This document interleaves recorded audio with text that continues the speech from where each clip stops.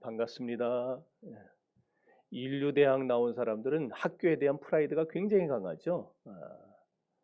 여러분들은 오늘 무슨 프라이드가 있습니까? 여러분들에게는 뭐가 다른 사람과 나와 구별지어주는 여러분만의 자부심입니까?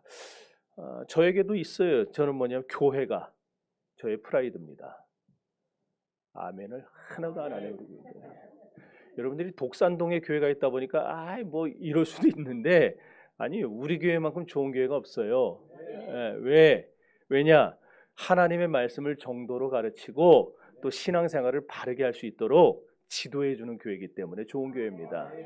좋은 교회는 큰 교회, 돈 많은 교회 그런 교회가 좋은 교회가 아니고 하나님의 말씀을 제대로 가르쳐 주는 교회가 좋은 교회예요. 그러므로 오늘 이 좋은 교회에 나오신 여러분을 주님의 이름으로 진심으로 환영하고 축복합니다. 오늘 모든 인간에게는 공통된 욕구가 하나씩 있어요. 그건 바로 뭐냐? 행복하기를 바라는 겁니다. 행복을 싫어하는 사람은 없어요. 그래서 행복을 원하다 보니까 자기 생각대로 계산을 해서 돈이 많으면 행복하겠다. 권력이 생기면 내가 행복해질 것 같다. 내가 명예를 좀 얻으면은 다른 사람보다 좀 행복해지지 않을까. 이러면서 자기 나름대로의 방법과 어떤 수단을 가지고 자기의 행복을 추구해 나갑니다. 그러나 사람들이 추구하는 그런 세상의 물질이나 권력이나 명예나 지식에 참 행복이 들어있지 않다는 것이 문제입니다. 왜 그런가? 그 이유는 참 행복은 육적인 것이 아니기 때문입니다. 그러므로 우리가 육적인 세계를 추구해서는 결코 원하는 행복을 얻을 수가 없어요. 그러면 행복은 정신 세계에서 찾을 수 있는가? 바울은 골로새서 2장 8절과 20절에서 이렇게 말합니다. 누가 철학과 헛된 속임수로 너희를 노략질할까 주의하라. 이것이 사람의 유전과 세상의 초등학문을 쫓음이요 그리스도를 쫓음이 아니니라. 그러므로 사랑하는 여러분, 행복을 위해서 여러분들이 철학을 추구하고 어떤 정신적인 것들을 추구한다면은 번지수를 또 잘못 찾은 겁니다. 그럼 이렇게 행복은 육적인 것에도 없고 정신적인 것에도 없다면 도대체 우리는 무엇에서 행복을 찾을 수 있는가? 인생은 무엇으로 사는가? 오늘 성경은 한마디로 이렇게 답을 줍니다. 인생은 하나님의 말씀인 성경으로 산다. 왜 우리가 세상을 돈이나 권력이나 명예나 지식이 아닌 철학이 아닌 성경으로 살아야 하느냐? 태초에 말씀이 계시니라. 이 말씀이 하나님과 함께 계셨으니 이 말씀이 곧 하나님이시라. 성경은 하나님의 유일한 말씀이기 때문에 그렇습니다. 하나님만이 우리에게 행복을 주십니다. 하나님만이 은혜를 주십니다. 하나님만이 인생의 모든 문제에 해답을 주시는 분입니다. 그러므로 모든 인간은 누구나 사실 성경 말씀을 통해서만 내가 누구인가 하는 문제와 인생은 무엇으로 사는가에 대한 본질적인 정답을 찾고 문제를 해결받을 수가 있는 것입니다. 이렇게 성경이 우리 인생의 유일한 기준이 되기 때문에 디모데후서 3장 14절 이하에서 바울은 이렇게 말합니다. 그러나 너는 배우고 확신한 일에 거하라. 너는 내가 누구에게서 배운 것을 알며 또 어려서부터 내가 성경을 알았나니 성경은 능히 너로 하여금 그리스도 예수 안에 있는 믿음으로 말미암아 구원에 이르게 하는 지혜가 있게 하느니라. 모든 성경은 하나님의 감동으로 된 것으로 교훈과 책망과 바르게 함과 의로 교육하기에 유익하니 이는 하나님의 사람으로 온전하게 하며 모든 선한 일을 행할 능력을 갖추게 하려 함이라. 성경은 우리에게 증거해 줍니다. 그렇습니다. 하나님의 말씀인 성경 속에 내 인생의 문제 해결의 길이 있고 내 인생의 물음에 대한 답이 있고 내가 걸어가야 할 길이 제시되어 있는 것입니다.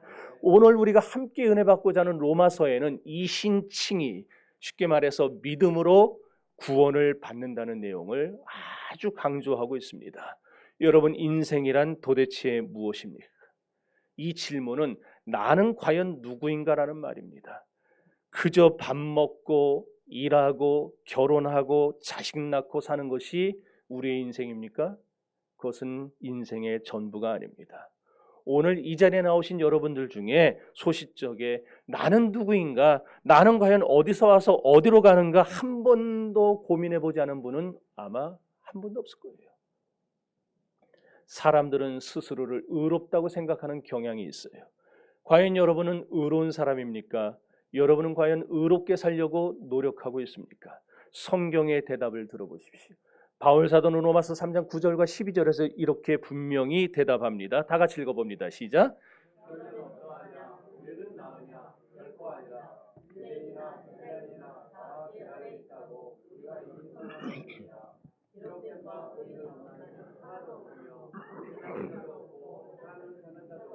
다 치우쳐 함께 무익하게 되고 선을 행하는 자는 없나니 하나도 없도다. 성경은 어느 누구나를 막론하고 모두를, 저와 여러분 모두를 죄인이라고 분명히 선언합니다.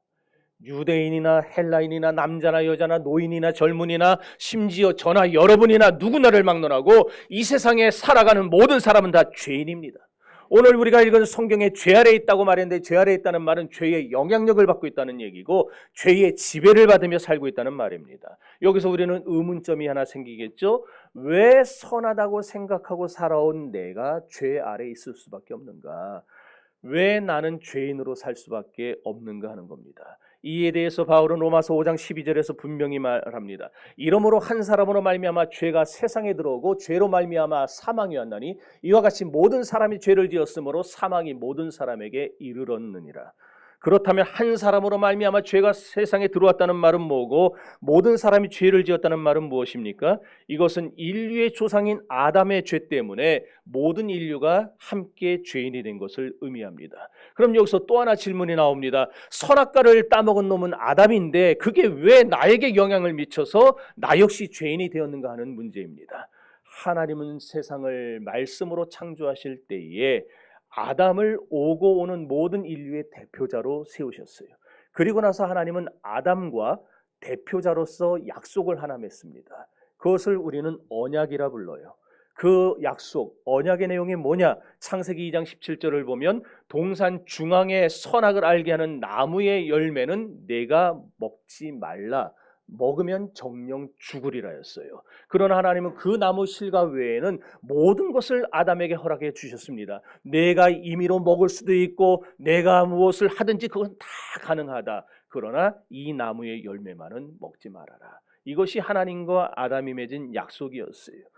이 약속은 무엇을 가르쳐 주느냐? 우리가 하나님의 말씀에 순종할 때 영생을 얻을 수 있다는 말씀입니다. 그렇지만 아담은 하나님과의 약속을 내팽개쳤어요. 그리고 먹지 말라 하신 선악과를 따먹는 불순종으로 인해서 결국 죄를 짓고 죽음에 이르게 된 겁니다.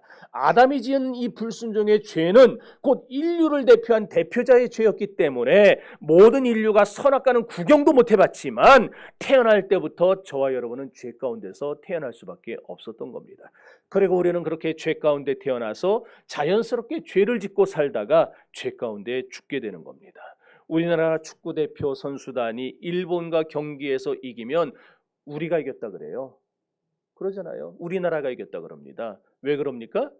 그들이 우리의 대표이기 때문에 그렇죠. 이와 마찬가지로 아담의 범죄는 인류 전체를 대표하는 범죄였기 때문에 비록 나는 어떤 것도 해보지도 않았고 선악과를 먹어본 적도 없지만 태어날 때부터 아담으로 인해서 어머니 뱃속에서부터 그 죄값을 가지고 태어나게 되는 것이, 이것을 신학적으로 말하면 죄에 오염되었다 또는 원죄를 가졌다라고 말합니다. 결국 사람은 남녀노소를 막론하고 모두 죄 아래 태어나서 죄의 지배를 받으면서 죄의 영향력 가운데 살아가는 존재가 된 것입니다. 그러기에 바울 사도는 로마서 5장에서 한 사람의 죄로 말미암아 모든 사람이 죄인 되었다라는 말을 우리에게 계속해서 반복하고 있는 거예요.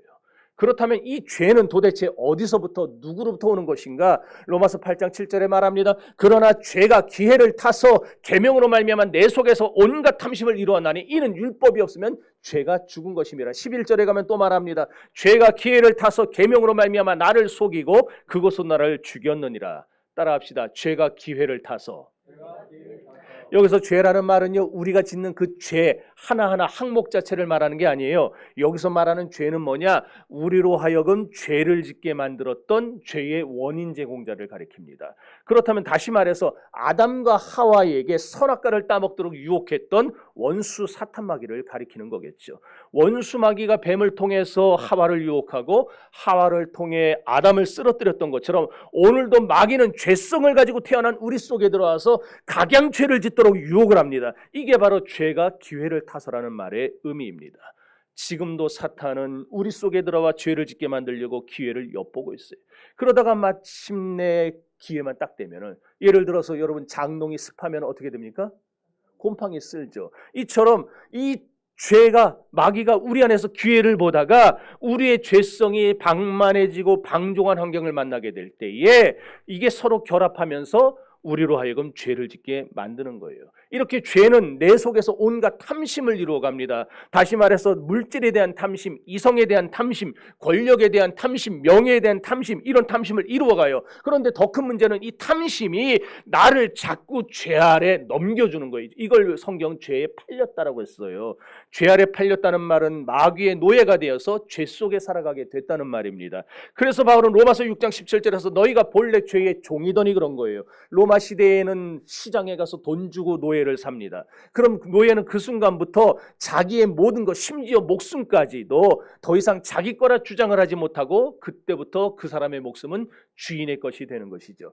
이처럼 아담이 죄를 범하고 났을 때 모든 인류는 아담과 함께 죄의 노예가 되었고 마귀의 노예가 되어서 결과적으로 마귀가 시키는 대로 살게 되었던 겁니다. 아무리 우리가 다시는 안 그래야지, 선하게 살아야지 그래도 소용없어요. 아무리 우리가 누구든 죄를 지으려고 해서 죄를 짓는 게 아닙니다. 자기 의지와는 상관없이 죄를 짓게 되는 거예요. 이게 바로 죄가 우리에게 주는 비참함입니다. 그래서 바울은 로마서 7장에서 이렇게 말합니다. 내가 행하는 것을 내가 알지 못하나니 곧 내가 원하는 것은 행하지 아니하고 도리어 미워하는 것을 행함이라. 내 속 곧 내 육신에 속한 것이 내 육신에 선한 것이 거하지 않은 줄을 아노니 원함은 내게 있으나 선을 행하는 것은 없노라. 다시 한번 여러분 따라하시기 바랍니다. 원함은 내게 있으나 선을 행하는 것은 없다. 착하게 살고 싶지만, 또 바르게 살고 싶지만, 남을 도와주면서 살고 싶고 바른 신앙생활을 하고 싶지만 우리가 그렇게 살 수 없다는 거예요. 도리어 정반대로 살아갑니다. 신앙생활도 자꾸 하기 싫고, 교회도 한 번씩 두 번씩 빼먹고 싶고, 남의 눈에서 눈물 나게 하고 싶고, 음란함과 방탕함이 더 짜릿하고, 왜? 죄에 팔려버렸기 때문에 그래요. 결국 마귀의 노예가 돼서 죄를 짓다 보면 내 의지와 전혀 상관없는 행동들을 하게 되는 겁니다. 로마서 7장 22절에서 24절을 말합니다. 다 같이 읽어봅시다. 내 속사람으로는 하나님의 법을 즐거워하되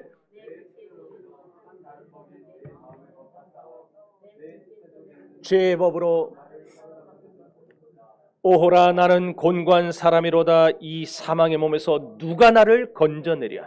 여기서 오호라 나는 곤고한 사람이라는 말은 나는 참으로 비참한 사람입니다, 그 말이에요. 여러분, 우리가 죄의 종이 되어서 죄 아래 있을 때는 이렇게 내 의지와 상관없이 자꾸만 죄가 시키고 사탄이 시키는 대로 죄를 짓게 됩니다. 그렇게 우리가 죄의 노예가 되었을 때 우리에게 찾아오는 변화가 있는데, 그 변화가 뭐냐? 생각이 바뀌는 거예요. 어떤 생각이 드느냐? 로마서 8장 5절에서 8절을 보면은 육신을 따르는 자는 육신의 일을 생각하고 영을 따르는 자는 영의 일을 생각하나니 육신의 생각은 사망이요 영의 일은 생명과 평안이니라. 육신의 생각은 하나님과 원수가 되나니 이는 하나님의 법에 굴복지 않을 뿐만 아니라 할 수도 없음이라. 육신에 있는 자들은 하나님을 기쁘시게 할 수 없다고 말을 합니다. 죄의 노예가 되면 우리에게 생각의 변화가 오는데 무슨 변화냐? 영적인 것을 생각할 수 없는 변화가 옵니다. 우리에게 그때부터는 무슨 일만 생각하게 되느냐? 육적인 것만 생각하게 되는 거예요. 마귀에게 사로잡혀서 자꾸 죄성이 현실로 발화되니까 썩어질 것만 추구합니다. 자꾸 돼지가 하늘을 보지 못하고 땅에 있는 것만 바라보며 살듯이 물질만 생각하고 성공만 생각하고 음란함만 생각하고 다 살아가는 거예요. 사랑하는 여러분, 창세기 4장 10절을 보면은 죄는 반드시 소리를 지르게 되어 있어요. 죄는 소리를 지르고 드러나게 되어 있습니다. 요즘 우리 사회를 보면 죄를 죄로 알지 못하고 제멋대로 사는 사람이 얼마나 많은지 모릅니다. 그럼에도 불구하고 하나님은 그냥 놔두세요. 그런 거 보면 이해가 안 가죠. 저도 예전에 그랬어요. 나 같았으면 그냥 즉각즉각에 후드를 팰 텐데 왜 하나님은 저런 죄인들을 그냥 놔두실까? 왜 그러시느냐? 바울은 로마서 1장 24절 이하에서 이렇게 말합니다. 저희 마음의 정욕대로 더러움에 내어버려 두사. 또 말합니다. 저희 부끄러운 욕심에 내어버려 두사. 다시 한번 말합니다. 마음에 하나님 두기를 싫어하며 그 상실한 마음에 내어버려 두사. 내어버려 뒀다라는 말을 3번씩이나 쓰고 있어요. 그렇게 내어버려 두신 결과가 뭐냐? 하나님과의 관계가 끊어진 겁니다. 이렇게 하나님과의 관계가 끊어진 상태를 부르는 말이 영적으로 죽었다, 그렇게 부릅니다. 그러나 중요한 것은 하나님이 내어버려 두는 상태를 언제까지 지속하시는가? 영원토록 내버려 두시는가? 그건 아니에요. 하나님은 끝까지 내어버려 두지는 않습니다. 반드시 하나님은 손을 댈 때가 있습니다. 노아 시대 때도 보세요. 하나님이 정한 카이로스의 시간이 오니까 하나님의 심판의 시간의 시계가 딱 제 시간이 되니까 하나님의 심판이 정확하게 찾아왔습니다. 그때가 되기 전까지는 사람들이 120년 동안 아무리 죄를 짓고 방탕하고 온갖 음란을 다 하면서 살아도 하나님은 내버려 두셨지만 딱 하나님이 정하신 심판의 시간이 되니까 가차없이 심판하셨어요. 지금 이 세상의 죄악이 얼마나 관영합니까? 특히나 우리나라 상황이 지금 얼마나 심각한지 여러분 아세요? 미국이요, 얼마 전에 우리나라를 중남미 수준의 마약 유통국가로 지정했어요. 몰랐죠? 여러분, 우리나라는요 이제 마약이 이렇게 유통되는 그 단계에 있는 나라가 아니고 마약을 생산하는 나라와 똑같은 수준이 됐다는 거예요. 보면 알잖아요. 재벌, 자식들도 마약하다 걸리고 연예인들도 마약하다 걸리고 뭐 그냥 평범한 회사원들도 마약하다 걸리고. 더 심각한 거는 음란함은 태국이나 일본을 넘어선 지 오래입니다. 여러분 OTT라는 말 들어보셨어요? 이쪽은 모르시고 젊은 사람들 OTT 몰라요? OTT? 맨날 보고 있을 텐데. 온라인 동영상 서비스.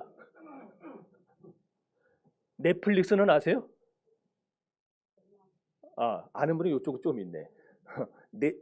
쿠팡 플레이, 디즈니 플러스 뭐 이런 거예요. 그럼 웨이브, 우리나라에서 나온 거 웨이브라는 게 있고 티빙이 있고.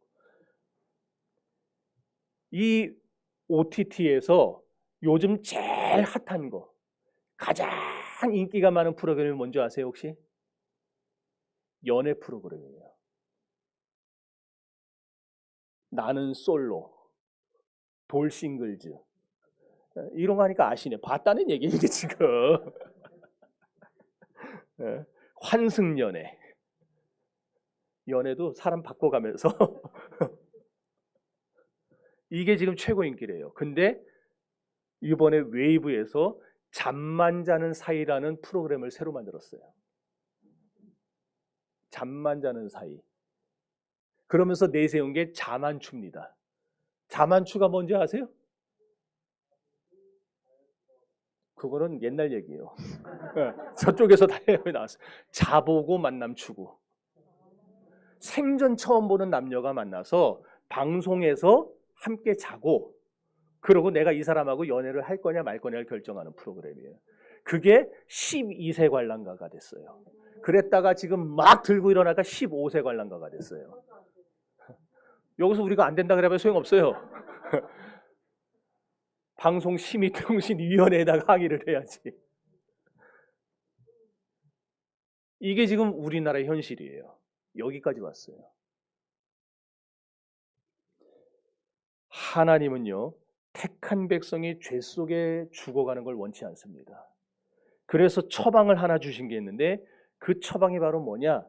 여러분 약국 가면은 병원 가면 처방전 주듯이 하나님 우리에게 주신 처방전, 그게 바로 율법, 즉 하나님의 말씀입니다. 율법은 우리의 죄를 깨닫게 해줘요. 그래서 로마서 3장 20절은 이렇게 말합니다. 그러므로 율법의 행위로 그 앞에 의롭다 하심을 얻을 육체가 없나니 율법으로는 죄를 깨달을 뿐이니라. 율법, 다시 말해서 성경은 이렇게 우리의 죄를 깨닫게 해서 하나님 앞에 예수 그리스도를 통하여 구원받는 길로 우리를 들어서게 만들어주는 거예요. 여러분, 우리 모두는 죄의 탐심 속에서 연약한 죄를 먹고 마실 수밖에 없는 죄인입니다.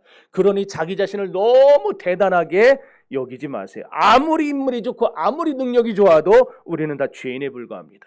유대인이나 헬라인이나 우리는 다 죄 아래에 있다고 성경은 선언합니다. 또한 죄의 싹은 사망이라고 로마서 6장 23절에서 말했는데, 그러면 이제 나는 도대체 어떻게 살아야 할 것인가 하는 철학적 명제에 대한 답을 우리는 찾아가야 됩니다. 여러분들 아직도 여러분들의 머릿속에 혹시나 뭐니 해도 돈이 최고야. 돈이 있어야 돼. 아이, 돈 없으면 늙어서 그만큼 서러운 것도 없어. 자식도 필요 없어. 돈이 최고야. 돈 이러는 사람이 있습니까? 과연 그런가? 아닙니다. 인생은요, 돈이나 권력이나 지식으로 사는 게 아니에요. 그럼 우리가 어떻게 살 것인가? 우리가 무엇으로 살 것인가? 믿음으로 살아야 합니다. 그래서 히브리서 기자는 히브리서 11장 1절에서 믿음은 바라는 것들의 실상이요 보지 못하는 것들의 증거니 선진들이로서 증거를 얻었다고 했습니다. 또한 6절에 가보면 믿음이 없이는 하나님을 기쁘시게 하지 못하나니, 오늘 우리는 하나님 앞에 나갈 때에 그가 자기를 찾는 자들에게 상 주시는 것과 또한 우리가 하나님을 찾을 때 우리를 기뻐하신다는 것을 알아야 합니다. 사랑하는 성도 여러분, 우리는 믿음으로 살아야 됩니다. 그러면 무엇을 믿을 것인가? 예수 그리스도가 나의 구세주라는 사실을 믿어야 됩니다. 이제 우리 몇 구절을 한번 다 같이 읽어봅시다. 시작. 자, 로마서 3장 22절입니다. 시작.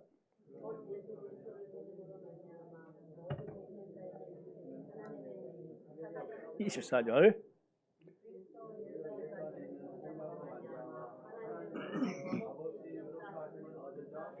로마서 8장 1절과 2절.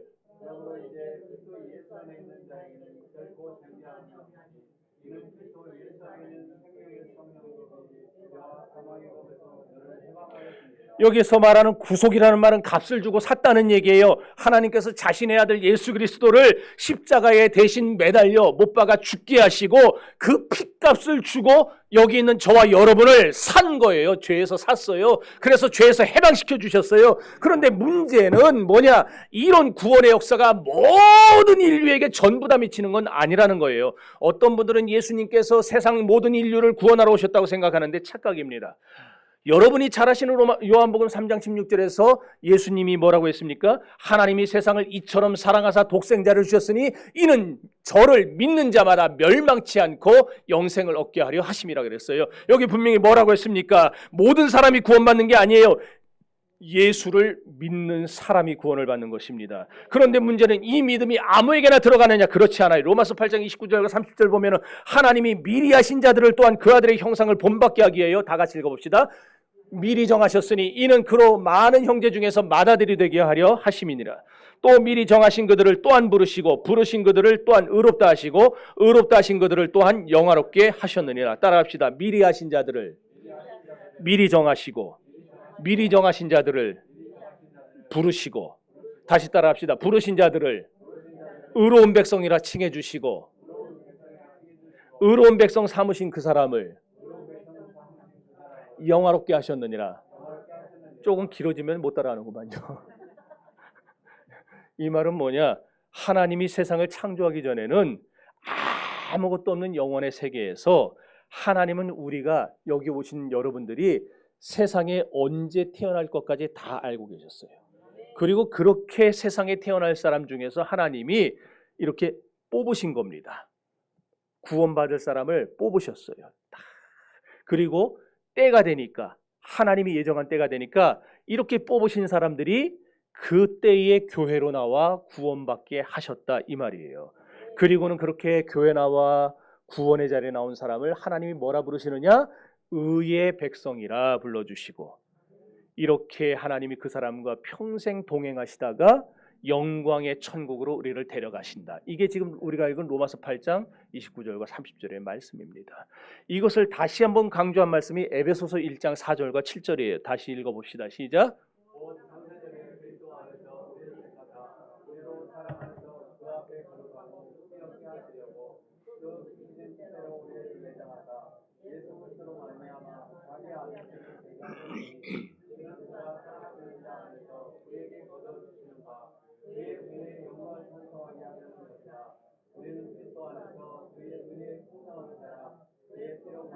속량 곧 죄사함을 받았느니라. 아멘.